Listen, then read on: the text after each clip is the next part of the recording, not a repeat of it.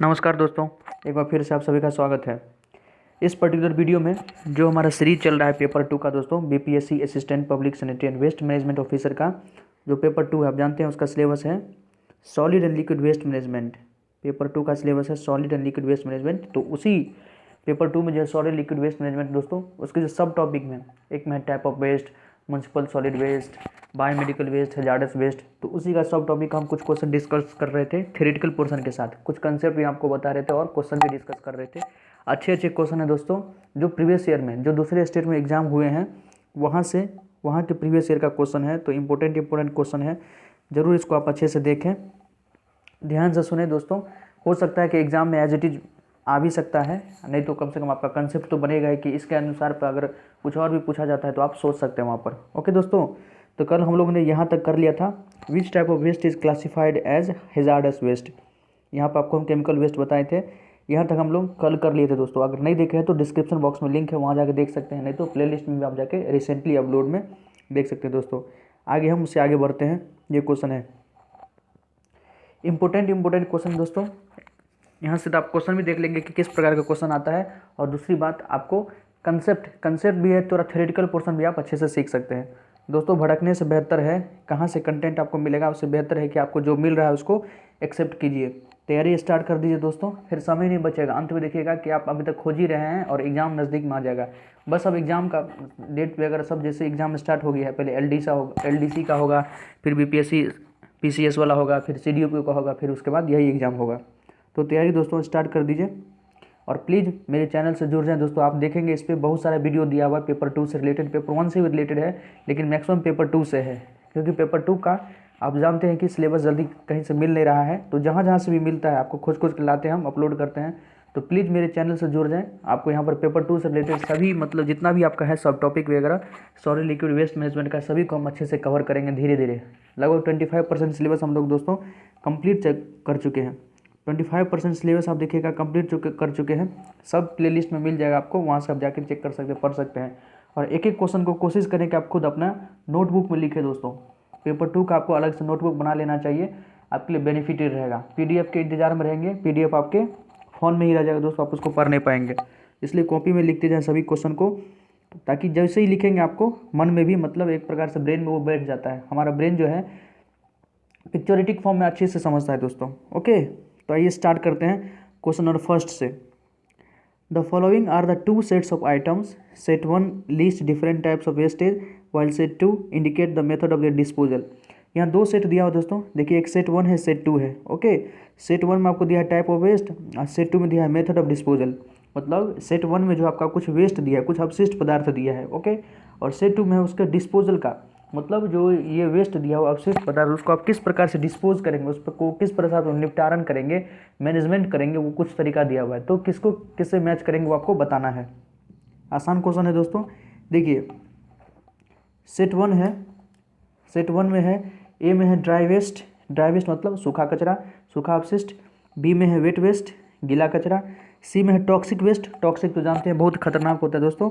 और डी में है सॉइल्ड वेस्ट। ओके, तो किसको हम किससे मैच कर सकते हैं, ये तो आपका सेट 1 में हुआ दोस्तों। सेट 2 देखें, सेट 2 में है, एक है बाय कंपोस्टिंग। कंपोस्टिंग का मतलब क्या होता है दोस्तों, कि आप उससे खाद बना सकते हैं, मैन्योर बना सकते हैं, ठीक है। बाय बरिंग इन लैंडफिल, उसका सेकंड ऑप्शन है बाय बरिंग इन लैंडफिल, उससे आप गड्ढा भर सकते हैं। कोई ऐसा कचरा भी है जिससे हम गड्ढा भर सकते हैं, बिल्कुल है।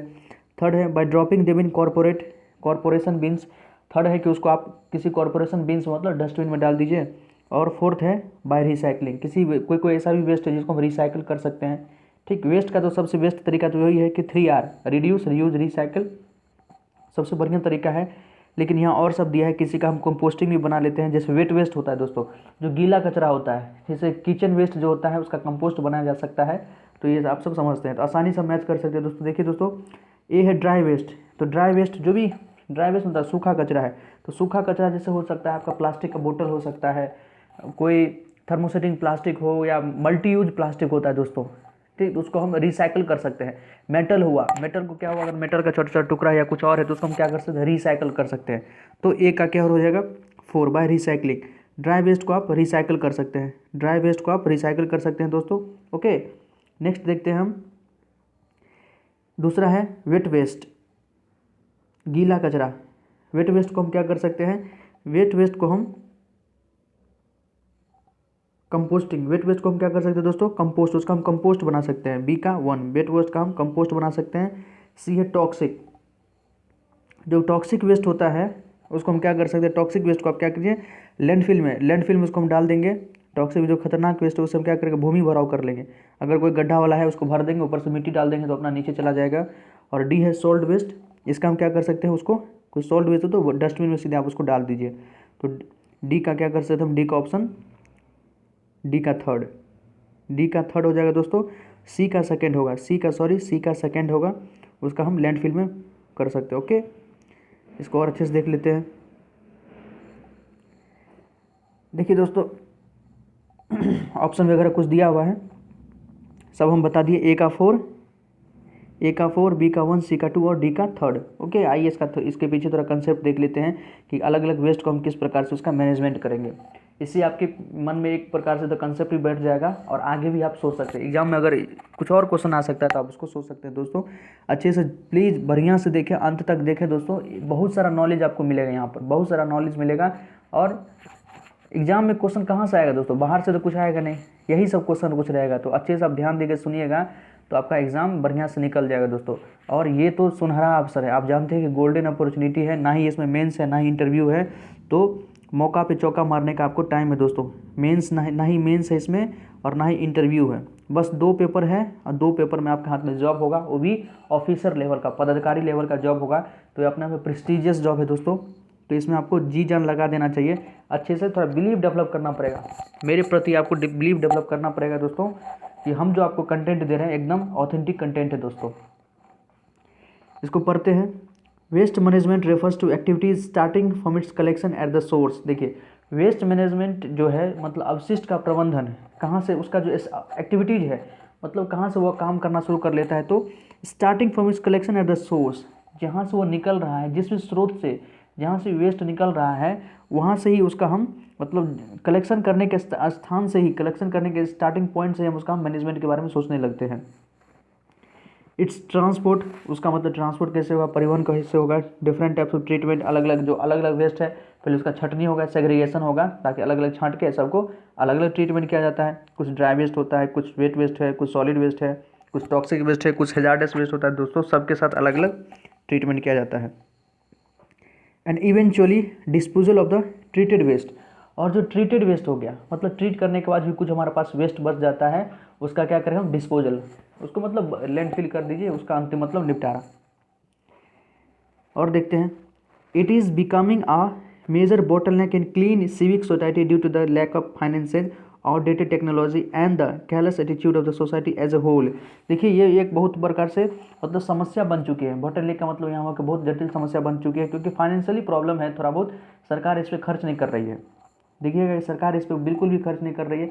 लेकिन अब तो आपको बिलीव हो जाना चाहिए कि जैसे बिहार जैसे गवर्नमेंट भी इस पर वैकेंसी निकाल रही है कि मतलब कहीं ना कहीं खर्च करना पड़ेगा सरकार को, कि गंगा एक्शन प्लान है और जो यमुना एक्शन प्लान है दोस्तों, सरकार के पास मतलब एक बहुत प्रेशर है कि 500 करोड़ रुपया अभी तक खर्च किया जा चुका है गंगा एक्शन प्लान में। गंगा के सफाई में 500 करोड़ रुपया खर्च हो चुका है, और आप जानते हैं कि गंगा कितना साफ़ है। तो कोई कितना कब तक ठगेगा लोगों को, कोई कितना ठग सकता है दोस्तों, कब तक ठगेगा। तो एक प्रकार से बहुत ज़्यादा प्रेशर है, सरकार इस बार मतलब पूरी जागरूक है, इस बार वो बहुत सारा काम करना चाहती है, इसलिए बहुत सारा वैकेंसी निकाले। अलग अलग स्टेट में तो पहले से निकला हुआ है, बिहार में भी इस बार निकाल रही है। A recent outbreak of all vector borne disease such as dengue, chikungunya, malaria and typhoid are due to the profuse and unhygienic method of dumping waste in open. उससे सबसे बड़ा क्या दिक्कत आता है कि मान लीजिए अगर वेस्ट का सही से मैनेजमेंट नहीं करते हैं तो वेक्टर बॉर्न डिजीजेज, बहुत सारा बीमारी है जो वेक्टर मतलब क्या, वेक्टर का मतलब होता है दोस्तों जो उसको कोई कैरी करता है। जैसे आप कहीं जाते हैं ट्रांसपोर्ट के मदद से, तो ट्रांसपोर्ट आपका होगा वेक्टर दोस्तों।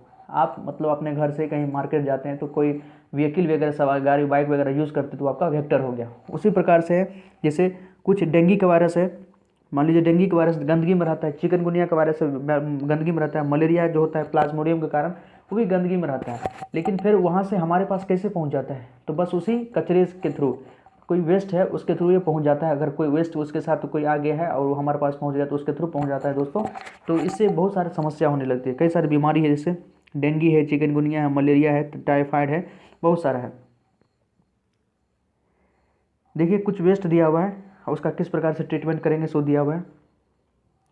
टॉक्सिक वेस्ट, जो टॉक्सिक मतलब खतरनाक वेस्ट है, उसको हम क्या कर सकते हैं, it causes serious problem for our health and to the environment. Obviously जो टॉक्सिक वेस्ट है मतलब खतरनाक वेस्ट है, जहरीला भी आप कह सकते हैं, ये हमारे प्रॉब्लम मतलब हमारे हेल्थ हमारे स्वास्थ्य के लिए तो खतरनाक है ही, साथ ही साथ पर्यावरण को भी बहुत सारा नुकसान पहुंचा रहे हैं। बिल्कुल आप देखेंगे दोस्तों, टायर जलाना, टायर जलाना एक ट्रेंड हो चुका है। जब भी कहीं हड़ताल होता है, प्रोटेस्ट होता है, तो लोग क्या करते हैं, टायर जला देते हैं। टायर जलाने से कितना कार्बन मोनोऑक्साइड एटमॉस्फेयर में जाता है, इमेजिन नहीं कर सकते दोस्तों। और वही आसपास में जो लोग रहते हैं उसको क्या करते हैं, इनहेल करते हैं, और उनका कहीं कहीं सांस संबंधी बीमारी होता है। कोरोना क्या है, कोरोना में अधिकतर दोस्तों आप बताएं लंग्स इसमें डैमेज हो रहा है, लंग्स डैमेज हो रहा है। लंग्स क्यों डैमेज हो रहा है, क्योंकि सांस संबंधी बीमारी है। लंग्स लोगों का पहले ही इतना ज़्यादा खराब हो चुका है।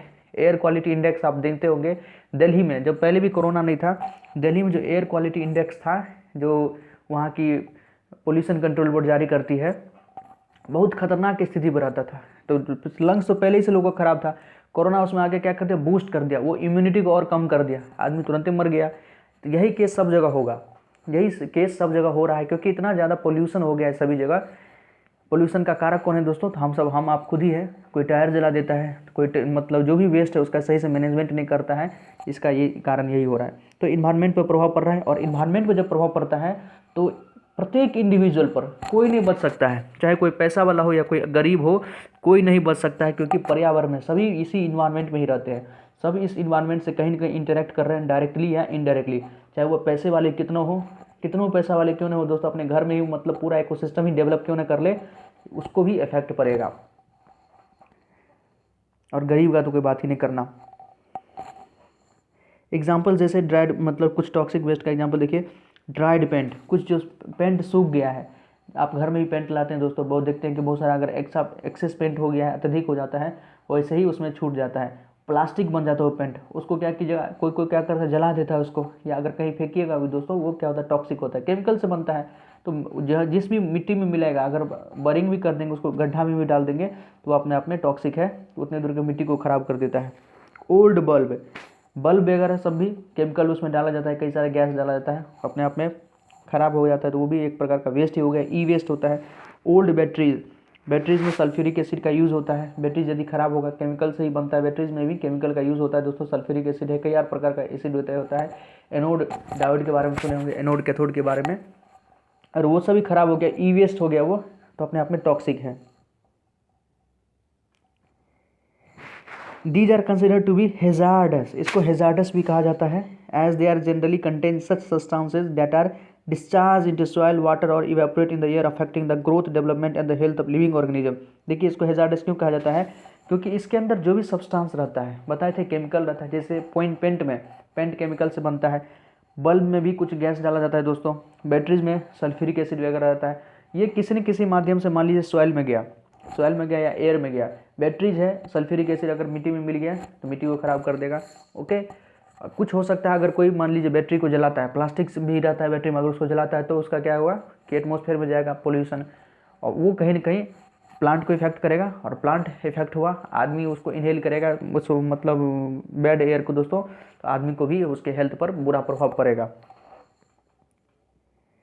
क्या है, such garbage is collected in trucks, इस प्रकार के गार्बेज को, डस्ट को क्या करता है, ट्रक में कलेक्ट किया जाता है, and take to a low lying open area called landfill, उसको कहाँ, लैंडफिल में ले जाते हैं, एकदम गड्ढा वाला इलाका, जो बहुत गड्ढा वाला इलाका है, भविष्य में उसको कभी भरा जाएगा तो मिट्टी से भरेगा, तो उससे अच्छा क्या करता है कि सारे कचरे से लेके उसको भर देता है, और फिर उसको जब बहुत ज़्यादा भरा जाता है तो ऊपर से मिट्टी से ढक देते हैं उसको, ताकि वहाँ से कोई भी चीज़ बाहर नहीं निकले, तो एटमॉस्फेयर को थोड़ा बहुत कम नुकसान पहुँचेगा। नुकसान तो वो तब भी पहुँचाएगा, लैंडफिल अपने आप में एक नुकसान है दोस्तों, लेकिन कोई उपाय भी नहीं है, उसका हम रिसाइकिल भी नहीं कर सकते, वो ऐसा वेस्ट है उसका हम रिसाइकिल भी नहीं कर सकते, तो लेकिन फिर भी क्या कर सकते हैं, कुछ हद तक हम रोक सकते हैं। अगर ऐसे वैसे फेंक देंगे तो इधर उधर से बहुत सारा मतलब और अपने आप में वो खतरनाक साबित हो सकता है, इसलिए एक जगह इकट्ठा करके उसे लैंडफिल कर देते हैं कि हाँ कुछ एक जगह ही मतलब प्रॉब्लम क्रिएट करेगा। नेक्स्ट है सॉइल्ड वेस्ट, कुछ मिट्टी में जो वेस्ट है उसको देखते हैं। It consist of various component containing infected human tissues, body fluid and also called biohazards. देखिए इसके अंदर क्या आता है, सॉइल्ड वेस्ट के अंदर तो कई सारा ह्यूमन कंटेनिंग टिश्यू है, ह्यूमन टिश्यू है, ह्यूमन का कोई टिश्यू हो सकता है, देखते होंगे किसी का लीवर खराब हो गया, किसी का किडनी खराब हो गया दोस्तों, पूरी तरह अगर उसका खराब हो जाता है या उसमें अगर कुछ और हो गया, किसी प्रकार का गड़बड़ी हो गया, तो अगर मान लीजिए उसको निकालना पड़ा तो निकाल के क्या करेगा, उसको लेबोरेटरी में रखता है जी नहीं, उसको मतलब ऐसे ही फेंक देगा, कहीं मिट्टी में फेंक देता है या कहीं और फेंक देता है ह्यूमन टिश्यू को। किसी का हाथ कट जाता है मान लीजिए गलती से, हाथ तो डेड हो गया, गलती से हाथ जो कट गया उसको जहाँ भी फेंकेगा तो वो क्या ह्यूमन टिश्यू है, वो अपने आप में पोल्यूशन क्रिएट करेगा। बॉडी का फ्लूइड है, हाथ पैर कट जाता है वहाँ से जरा ब्लड निकलता है, उससे भी ये भी अपने आप में वेस्ट ही है, इसको बायो हैजार्डस कहते हैं। ओके, उसके बाद देखिए the needles, surgical knives and other surgical instrument called sharps have to be disposed of carefully but many a time we find this do not happen. Hospital में जो use होता है needles या सर्जिकल नाइफ्स, वो जो चाकू वगैरह use करते हैं सर्जरी के लिए, और कुछ और भी जो सर्जिकल इंस्ट्रूमेंट है, मान लीजिए एक बार यूज़ करने के बाद कुछ को जिसका हम दोबारा यूज़ नहीं कर सकते हैं, तो उसका सही से मतलब मैनेजमेंट होना चाहिए, जो भी वेस्ट हो गया सही से मैनेजमेंट होना चाहिए, लेकिन इस प्रकार से होता नहीं है। अपने देश में तो छोड़िए, अपने देश का तो बात नहीं कर सकते, अपने स्टेट में तो आप जानते हैं बिहार में तो ऐसा कुछ होता नहीं है, उसको बस ऐसे ही कहीं ना कहीं डंप कर दिया जाता है, आप आए दिन देखते ही होंगे कहीं दोस्तों, तो बिल्कुल है, ये समस्या है।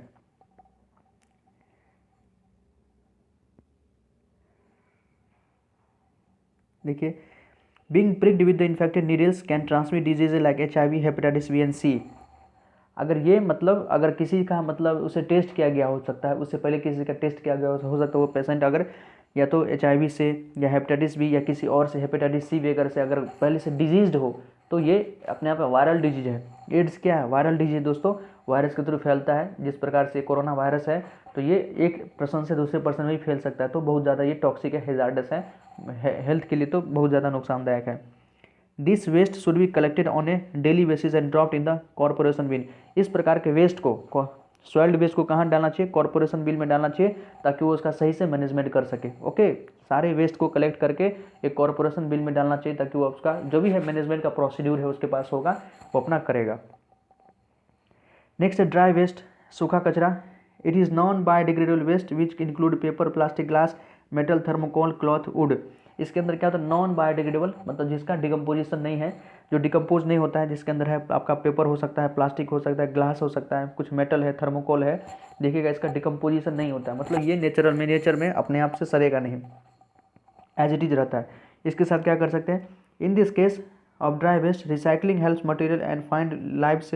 इसमें क्या कर सकते हैं आप? रिसाइकलिंग अच्छा तरीका है, जो नॉन बायोडिग्रेडेबल है उसको रिसाइकिल कर सकते हैं। मान लीजिए ग्लास है, शीशा का ग्लास हो सकता है, कहीं कोई कुछ फूटा उटा नहीं है। शीशा क्या होता है? अपने आप में सुपर कूल्ड लिक्विड होता है दोस्तों, उसको अगर फैक्ट्री में पहुंचा दिया जाए तो वो उसको रिसाइकिल कर लेगा। पेपर है, पेपर को भी रिसाइकिल किया जा सकता है।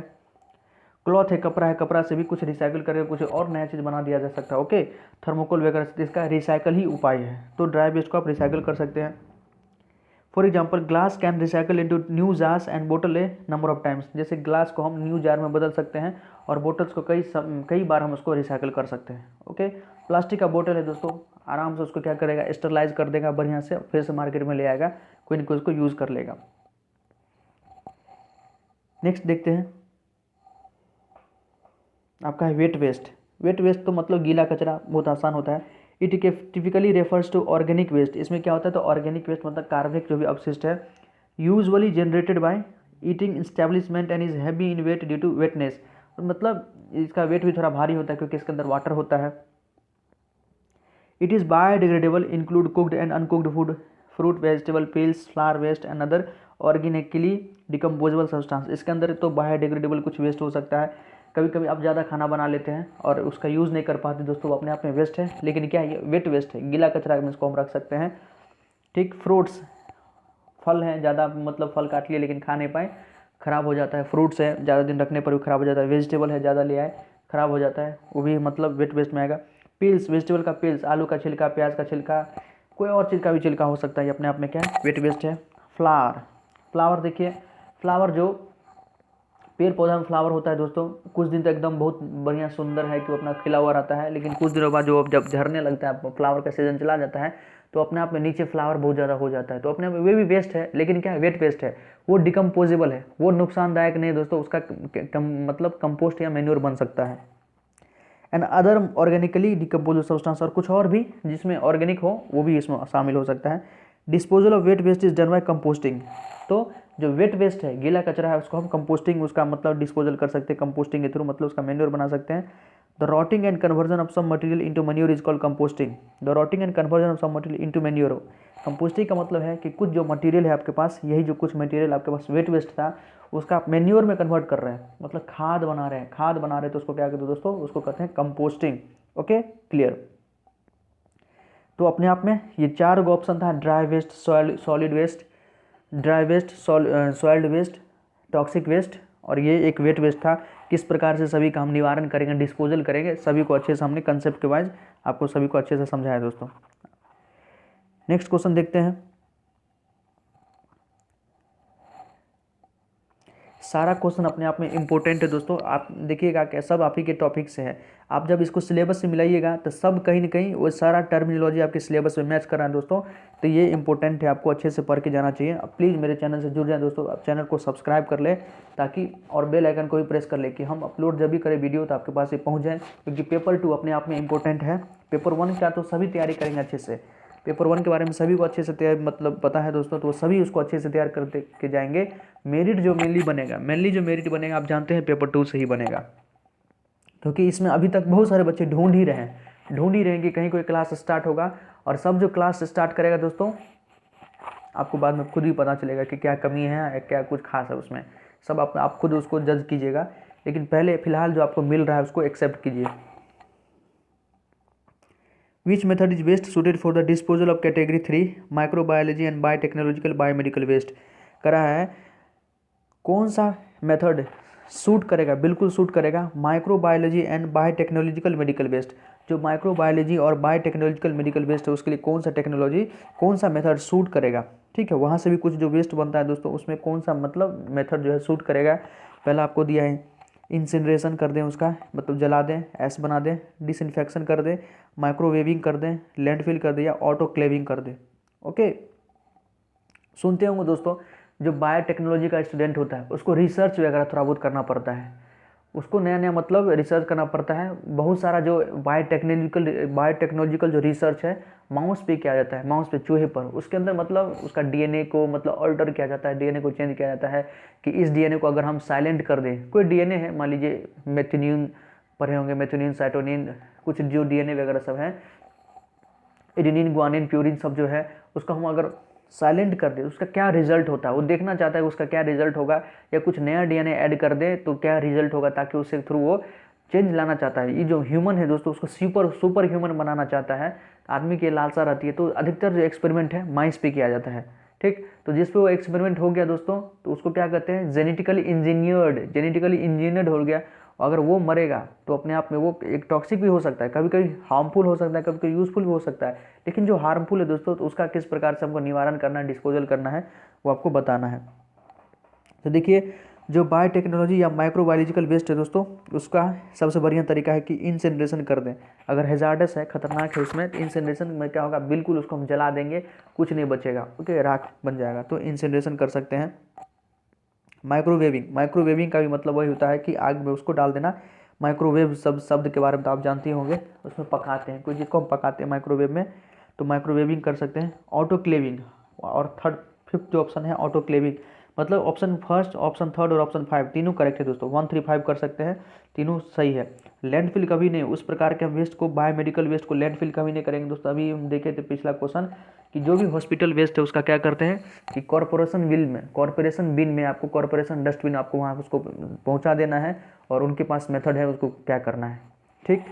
तो ऑटोक्लेविंग का भी मतलब ये होता है कि स्टरलाइज है, कोई मान लीजिए जैसे सर्जिकली इंस्ट्रूमेंट वगैरह है, एक बार यूज़ हो गया, कोई रीयूजेबल होता है कि 1 से 2 बार, मान लीजिए सीजर है, नाइव्स है, तो जरूरी नहीं है कि मतलब एक पेशेंट पे एक ही बार यूज होगा, मल्टीपल पेशेंट पे यूज होता है उसका, तो उसको क्या करेगा, स्टरलाइज करता है। स्टरलाइज मतलब बिल्कुल जी, जो भी इन्फेक्टेड पर्सन से उसका कॉन्टैक्ट बना था, उसके अंदर कुछ भी अगर होगा, बीमारी वगैरह होगा, तो उसको क्या करेगा, उसमें भी ट्रांसमिट हो जाएगा, सीजर नाइफ में ट्रांसमिट हो जाएगा, तो उसको स्टरलाइज करते हैं दोस्तों, बिल्कुल स्टरलाइज कर देते हैं, ताकि जो भी माइक्रो ऑर्गेनिज्म इसमें आया था एकदम ये नॉर्मल हो जाए, सभी मर जाए, ओके। तो उसको ऑटोक्लेव करते हैं।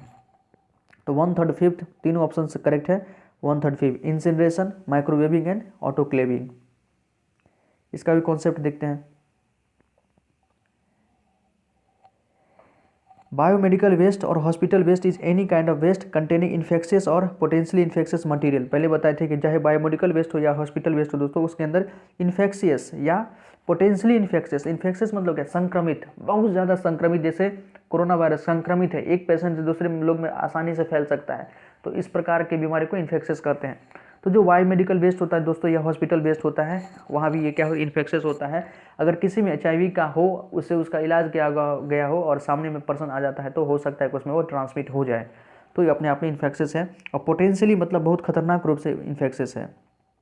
कॉमन जनरेटर और producer of biomedical waste include hospital, health clinics, nursing home, emergency medical services, medical research laboratories, office of physician, dentist, veterinarians, home health care and morgues और फ्यूनरल होम्स। देखिए इसमें biomedical waste कहाँ कहाँ से आ सकता है, तो आपको हॉस्पिटल से आ सकता है, क्लिनिक से आ सकता है, कहीं नर्सिंग होम वहाँ से आ सकता है, इमरजेंसी मेडिकल सर्विस भी जहाँ दिया जाता है वहाँ से आ सकता है, जहाँ मेडिकल रिसर्च लेबोरेटरीज है, जहाँ पर लेबोरेटरी वगैरह रिसर्च होता है वहाँ से भी हो सकता है, फिजिशियंस का ऑफिस हो सकता है, डेंटिस्ट वगैरह क्या करते हैं, दांत को उखाड़ते हैं। लेकिन किसी के दांत में दोस्तों प्लेग लगा हो या गम लगा हो, ओके, तो वो अगर सही से उसका वेस्ट मैनेजमेंट नहीं हो जाएगा, उसको कहीं भी फेंक देगा, कुछ रैग पिकर, आप जानते हैं कि कुछ कचरा बिनने वाला जाता है, उसको बीमारी कर सकता है यदि उसके संपर्क में आ जाए तो। वेटेरिनियन डॉक्टर, जो जानवरों का डॉक्टर होता है, जानवर में तो कई प्रकार का और बीमारी होता है, जैसे रेबीज दोस्तों, रेबीज होता है, रेबीज वायरस कुत्ता के मुंह में होता है, डॉग्स में होता है रेबीज वायरस। अगर कोई वेटेरियन डॉक्टर मतलब डॉग्स का क्योर कर रहा था, इलाज कर रहा था, तो चांसेज है कि उसमें वो ट्रांसमिट हो जाए, और वे सही से उस इंस्ट्रूमेंट को डिसइंफेक्ट नहीं करेगा और उसी से किसी दूसरे का कर देगा, तो उसमें भी ट्रांसमिट हो सकता है। होम हेल्थ केयर हो सकता है, मॉर्गेज मतलब मॉर्चरी जिसको कहते हैं, जहाँ मतलब कोई आदमी मर जाता है और अगर मान लीजिए उसके बारे में पता नहीं चला, तो जिसको पोस्टमार्टम रूम भी आप कहते हैं, तो उस पोस्टमार्टम के बाद जो लाश जहाँ पर रखा जाता है। और फ्यूनरल होम्स मतलब दाह संस्कार घर में। Biomedical waste is distinct from normal trash और general waste and differ from other types of hazardous waste such as chemical, radioactive, universal और इंडस्ट्रियल वेस्ट। कह बायोमेडिकल वेस्ट जो है डिस्टिंक्ट फ्रॉम नॉर्मल ट्रैश, जो नॉर्मल ट्रैश है, जो normal waste है उससे बिल्कुल ये अलग है, और ये हैजार्डस वेस्ट से भी अलग है। जैसे कि हैजार्डस वेस्ट के अंदर तो केमिकल, बिल्कुल जानते हैं हैजार्डस वेस्ट का सबसे बेहतरीन कैरेक्टरिस्टिक्स फीचर क्या है, तो केमिकल होता है, उसमें रसायन होता है। रेडियोएक्टिव, कुछ रेडियोएक्टिव वेस्ट होते हैं, बताए थे रेडियोएक्टिव वेस्ट जो भी बनता है दोस्तों न्यूक्लियर पावर प्लांट में यूरेनियम का यूज किया जाता है। तो यूरेनियम जब बिल्कुल यूज हो गया है दोस्तों, उसका जो भी कचरा बचेगा उससे भी रेडियोएक्टिव मटेरियल है, मतलब उसमें अल्फा बीटा गामा रे वगैरह निकलते रहता है, उसमें जो है रे निकलता है दोस्तों, और ये सब रे हाईली मतलब क्या कर सकते हैं, पोटेंशियल होता है, अगर किसी में पेनिट्रेट कर गया तो उसको कैंसर कर सकता है। तो उस वेस्ट को किस प्रकार से डिस्पोज करना है बताए थे, 500 मीटर गड्ढा करके उसको एक मतलब एयर टाइट चैम्बर में, एक बंद चैम्बर में डाल के उस वेस्ट को 500 मीटर जमीन के नीचे 500 मीटर गड्ढा करके उसको रख देना पड़ता है। ये मैनुअल में, गवर्नमेंट के मैनुअल में इस प्रकार से करना चाहिए। होता है कैसे आई डोंट नो, शायद ऐसे ही होता होगा, सरकार का जो मैनुअल है इसी प्रकार से होना चाहिए। नहीं तो अगर ऊपर वगैरह में इसको अगर फेंक देता है उस कचरे को, तो दोस्तों ये अपने आप में बहुत ही डेंजरस हो सकता है, कैंसर कॉज कर सकता है रेडियो एक्टिव वेस्ट। नेक्स्ट देखते हैं, medical facilities generate waste hazardous chemical या रेडियोएक्टिव मैट मटेरियल्स। जो मेडिकल फैसिलिटीज मतलब वही, और नर्सिंग होम देखे थे हम लोग दोस्तों, क्लिनिक्स वगैरह जो है, वेटेरिनियंस है, ये सब फैसिलिटीज जो प्रोवाइड करता है, वहाँ से भी हैजार्डस केमिकल निकल सकता है। रेडियोएक्टिव मटेरियल्स तो नहीं निकलेगा, लेकिन हैजार्डस केमिकल निकल सकता है। रेडियोएक्टिव मटेरियल का मतलब यहाँ पर हुआ कि जहाँ दोस्तों कैंसर का इलाज किया जाता है, वहाँ पर कुछ रेडियोएक्टिव का यूज़ किया जाता है। आयोडीन 131 जो होता है दोस्तों, इस एलिमेंट का यूज़ किया जाता है। ये अपने आप में क्या है, रेडियोएक्टिव। आयोडीन 131 थायराइड कैंसर के ट्रीटमेंट में आयोडीन 131 का यूज़ किया जाता है, उसमें बस वो रेडियोएक्टिव है। अगर उसका भी सही से डिस्पोजल नहीं हुआ तो बीमारी कॉज कर सकता है, इसलिए यहाँ पर लिखा गया है। फिर है, some waste are considered multi hazardous such as tissue sample preserved in formalin. कुछ जो वेस्ट होता है उसको मल्टी हैजार्डस मतलब बहुत खतरनाक साबित हो सकता है। सच एज टिश्यू सैंपल, किसी टिश्यू का सैंपल लिया गया।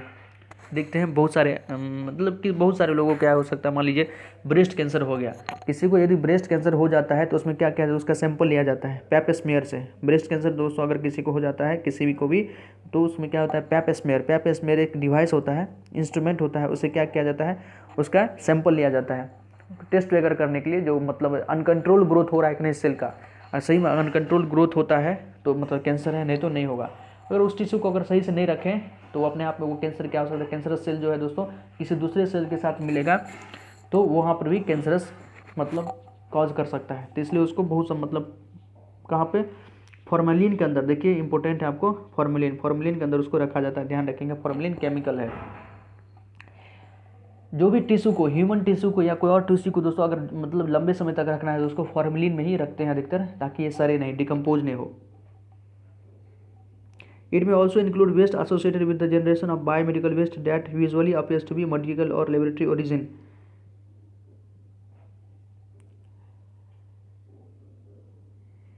That is packaging unused bandage, infusion kits as well research laboratory waste containing biomolecules or organism that are mainly restricted from environmental release. जैसे आप किसी को बैंडेज किया जाता है दोस्तों, किसी को बैंडेज किया जाता है, देखते होंगे, मान लीजिए किसी को घाव हो गया, वंड हो गया, किसी मतलब इंजरी के कारण किसी प्रकार का उसको वंड है, घाव है, चोट लगा हुआ है, बैंडेज लगा हुआ है, जब वो बिल्कुल ठीक हो जाते हैं बैंडेज खोल के उसको भी सही से बैंडेज को क्या करना पड़ता है, सही से उसको मतलब मैनेजमेंट होना चाहिए। वेस्ट है अपने आप में मैनेजमेंट है, क्योंकि वो सीधे टिश्यू के मतलब कॉन्टैक्ट में था, ब्लड के कॉन्टैक्ट में था। अगर उस पर्सन को भगवान ने करे किसी प्रकार की बीमारी हो तो किसी दूसरे आदमी को वो इन्फेक्ट कर सकता है, अगर सही से उसका हम नहीं करें तो।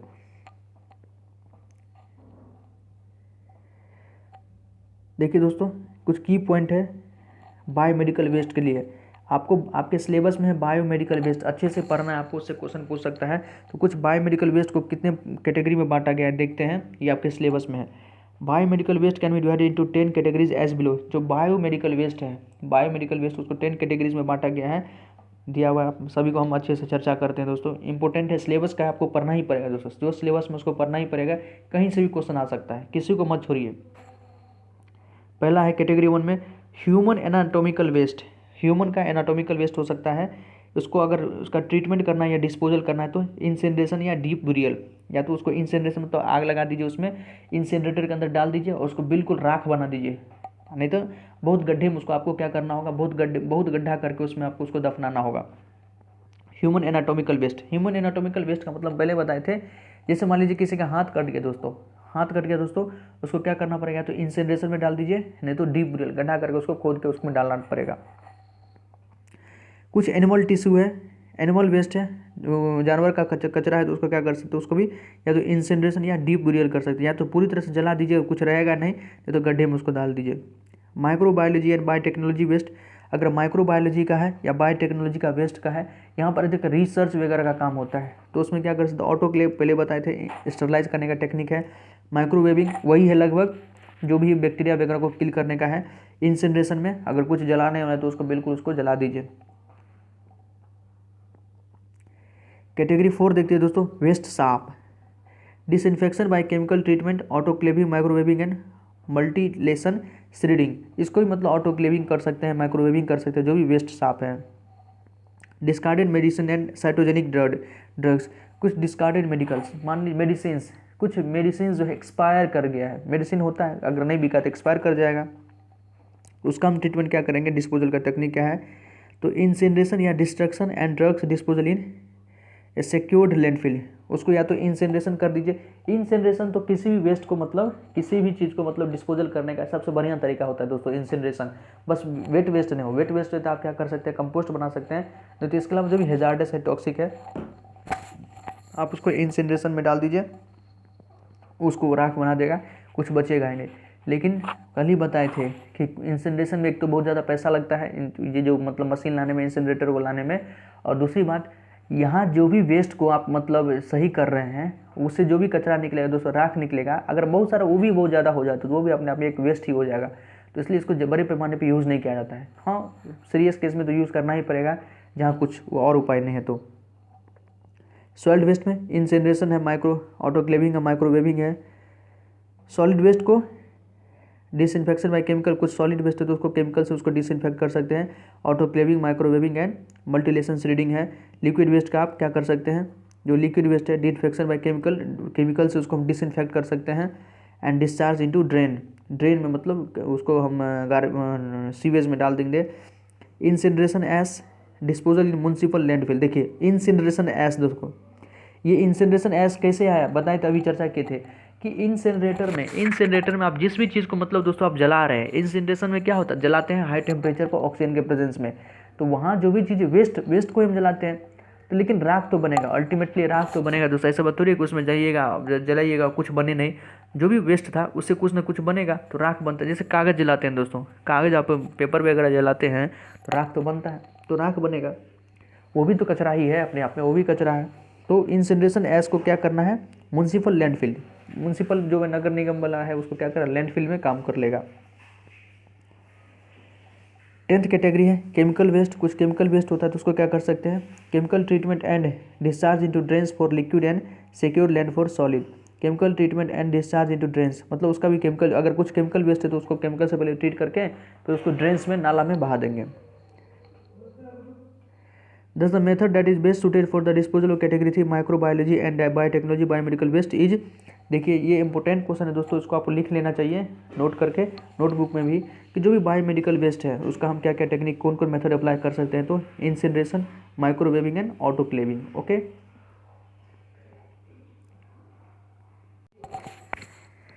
नेक्स्ट क्वेश्चन देखते हैं दोस्तों, ये भी इंपॉर्टेंट क्वेश्चन है। The most serious environmental effect posed by hazardous waste. Hazardous waste आपके सिलेबस में है, उसी से क्वेश्चन है, इंपॉर्टेंट क्वेश्चन है कि सबसे खतरनाक प्रभाव क्या हो सकता है, सबसे खतरनाक पर्यावरण पे क्या प्रभाव पड़ सकता है इन हैजार्डस वेस्ट का। हैजार्डस वेस्ट का सबसे खतरनाक प्रभाव इन्वायरमेंट पे क्या पड़ सकता है दोस्तों, आपके हैं मतलब पहला है कि एयर पोल्यूशन कॉज कर सकता है, सेकेंड है कंटामिनेशन, ये वाटर का कंटामिनेशन, मतलब जल ग्राउंड वाटर को ये दूषित कर सकता है आपका हैजार्डस वेस्ट। थर्ड है इंक्रीज ऑफ गैसेज, गैसेज का मतलब संख्या बढ़ा सकता है, कंसंट्रेशन बढ़ा सकता है। या हैबिटेट डिस्ट्रक्शन, हैबिटेट डिस्ट्रक्शन का मतलब समझते होंगे आप कि किसी का हैबिटेट, हैबिटेट का मतलब निवास स्थान, किसी का निवास स्थान को ये डैमेज कर सकता है, खराब कर सकता है, मतलब उसको डिस्ट्रॉय कर सकता है। तो हैजार्डस वेस्ट का जो सबसे खतरनाक इन्वायरमेंटल इफेक्ट है दोस्तों वो है contamination of ground water. Ground water को ये कंटामिनेट कर सकता है, जो भी मतलब ग्राउंड वाटर है, भूमि में जो जल है, भूमिगत जल है, उसको ये कंटामिनेट कर सकता है, ख़राब कर सकता है। और सभी आदमी तो भूमिगत जल का यूज़ करते हैं, ग्राउंड वाटर का यूज़ करते हैं दोस्तों, बिना मतलब रिफाइन का। गांव में लोग जो रहते हैं बिना मतलब किसी प्रकार का प्यूरीफायर का यूज़ करते हैं पानी को, अगर उसमें कोई कंटामिनेशन हो जाए तो बताइए कितनी बड़ी प्रभाव पड़ेगा, कितना भयंकर प्रभाव पड़ेगा दोस्तों, त्राहिमाम मच जाएगा।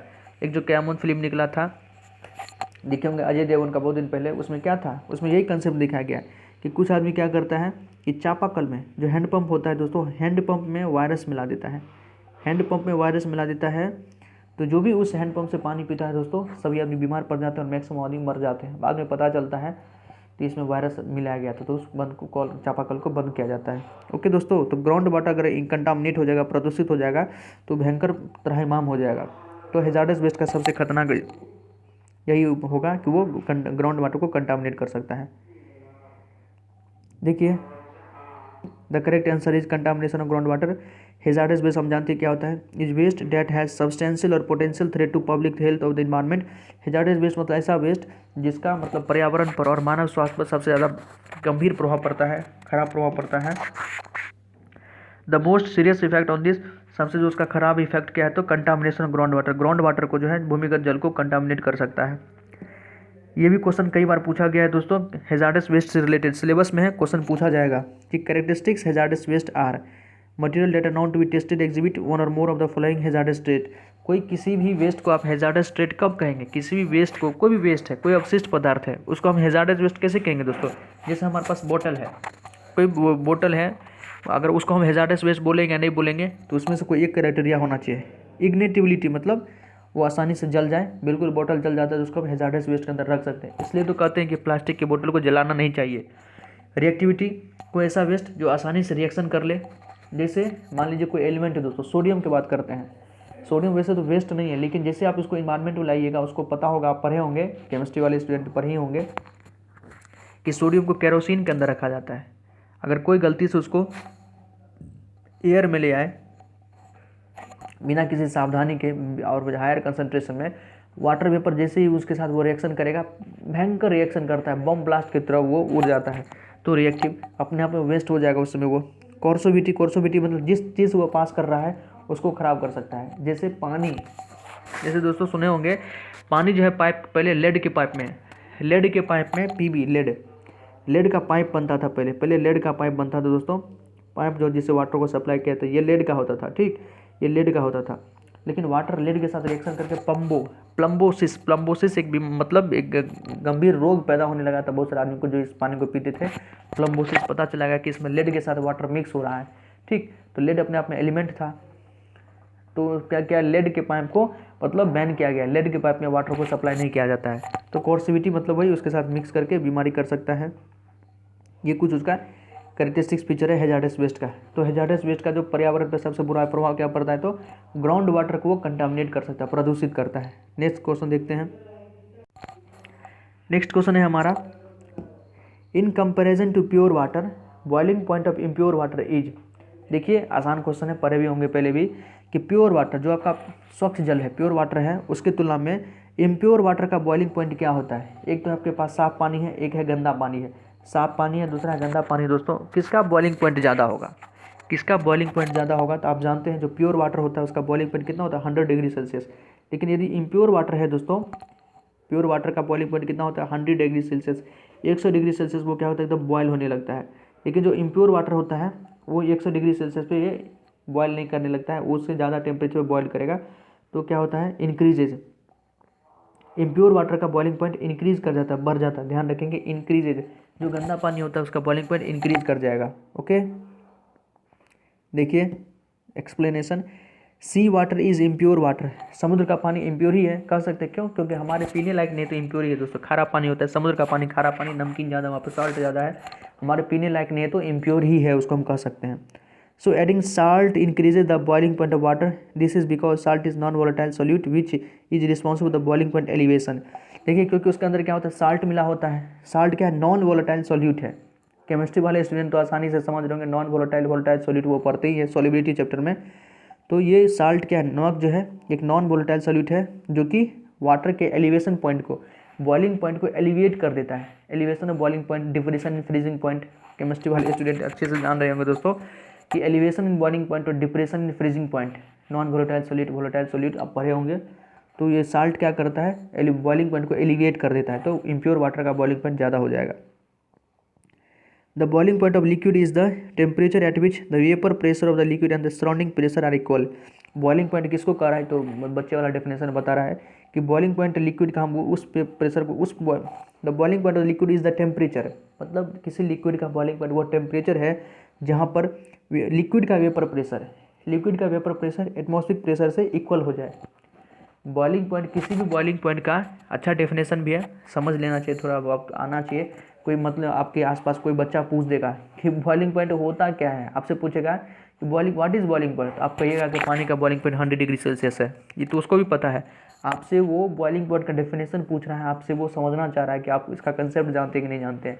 तो ध्यान रखें दोस्तों कि बॉइलिंग पॉइंट उस टेम्परेचर को कहते हैं जिस टेम्परेचर पर किसी लिक्विड का वेपर प्रेशर और जो सराउंडिंग प्रेशर है वो इक्वल हो जाए। The original boiling point of water is 100 degree Celsius. Obviously सभी जानते हैं कि वाटर का बॉइलिंग पॉइंट 100 डिग्री सेल्सियस होता है। After the addition of 58 gram of salt the boiling point increase by 1/2 of the degree Celsius. देखिए दोस्तों कितना कम, अगर 58 ग्राम अगर हम नमक मिलाते हैं उसके अंदर 58 ग्राम नमक भी मिलाते हैं 58 ग्राम, तो आधा डिग्री सेल्सियस उसका टेम्परेचर बढ़ जाता है, बहुत ज़्यादा हो गया। आधा डिग्री सेल्सियस भी अपने आप में बहुत ज़्यादा होता है। यदि आपको बिलीव नहीं हो रहा है तो ये गर्मी में आपको पता चलेगा, जब समर सीजन आता है तो पता देखिएगा दोस्तों 37 डिग्री सेल्सियस रहता है, तो थोड़ा बहुत आदमी बियर कर लेता है, या 19-20 डिग्री रहता है तो लोग बियर कर लेता है गर्मी को। लेकिन जैसे 37-38 होता है या 37-38 करके देखिए दोस्तों, जिस क्या हालत ख़राब कर देता है। या पानी गर्म करके देखिए ना, अगर आपके पास मीटर होता है तो आप आसानी से इसको और अच्छे से ऑब्जर्व कर पाते कि पानी 99 डिग्री सेल्सियस है या 50 डिग्री सेल्सियस, उसमें हाथ डाल के देखें और 151 पर हाथ दे के देखें तो आपको खुद पता चल जाएगा कि एक एक डिग्री का क्या मायने रखता है।